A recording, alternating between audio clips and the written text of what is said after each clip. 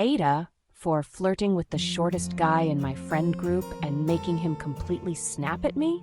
So I, a 25-year-old woman, 5'8", have been flirting with a guy in my friend group, Sam, who is 30 years old and around 5 feet tall.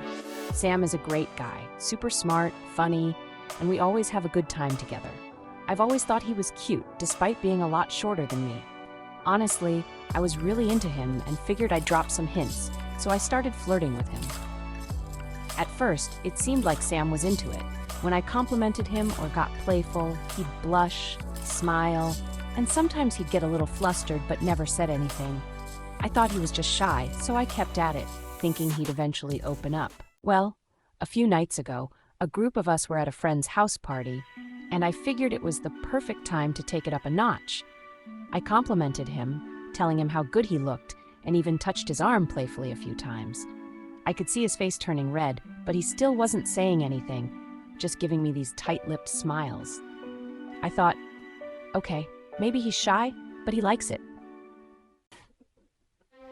Then out of nowhere, Sam completely lost it. He looked at me angrily and said, "Enough! You think I don't know what's going on?" He was shaking from rage at this point and looked like he was about to cry. He went on, "You think it's funny to flirt with the shortest guy in the room? I'm not your joke. I'm 30 years old. I've seen this shit before. You think you're being original?" I was in total shock. I tried to calm him down and explain that I wasn't making fun of him at all, but he didn't let me finish. He got even more mad, raising his voice and saying, "You wouldn't ever look at a guy like me unless it's to get a laugh. Do you think I'm stupid? Do you think I haven't been through this before?" Everyone around us started noticing, and I was mortified. I kept trying to explain that I was genuinely interested, but Sam just stormed off, leaving me standing there like I'd done something awful. After that, he's been avoiding me, and whenever we're in the same group, he acts like I don't exist. I feel terrible. All of my friends are mocking him, but I feel bad because this isn't how he should feel about himself. He just deserves better, and I don't know how to help him understand that I actually like him. So, AITA for flirting with Sam and making him snap at me? Edit. Y'all, he answered my text and told me something I never expected. Some of you did suggest that I made him uncomfortable, which I doubted, but I still asked him if I did.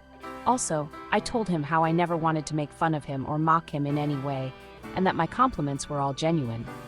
He actually said that he liked me too, just didn't know how to respond to flirting and was kinda doubtful over the whole thing, since there were plenty of times when he was asked out as a joke.